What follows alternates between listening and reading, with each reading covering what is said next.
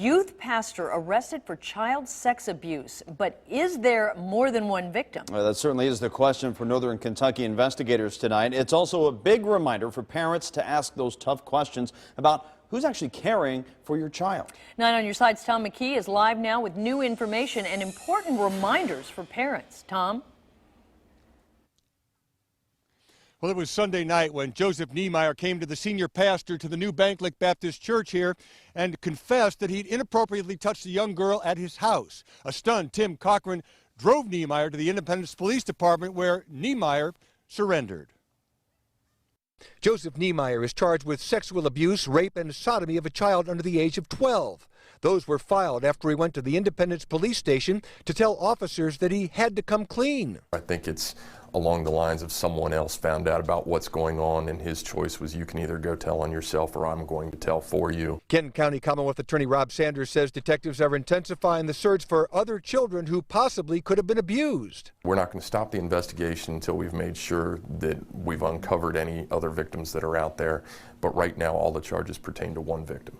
Heidi Malott is manager of the Mayerson Center for Safe and Healthy Children at Cincinnati Children's Hospital.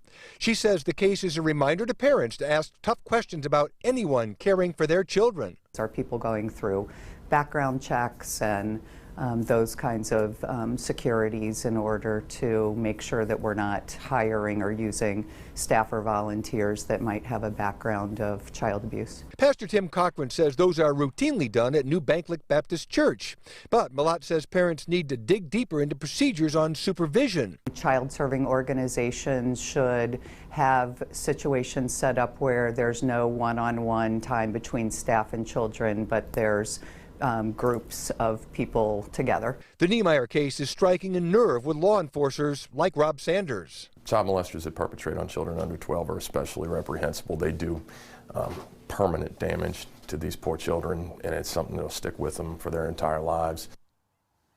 One final piece from Heidi Malott. Parents should talk to their children about not being afraid to speak up if they're uncomfortable around any adult.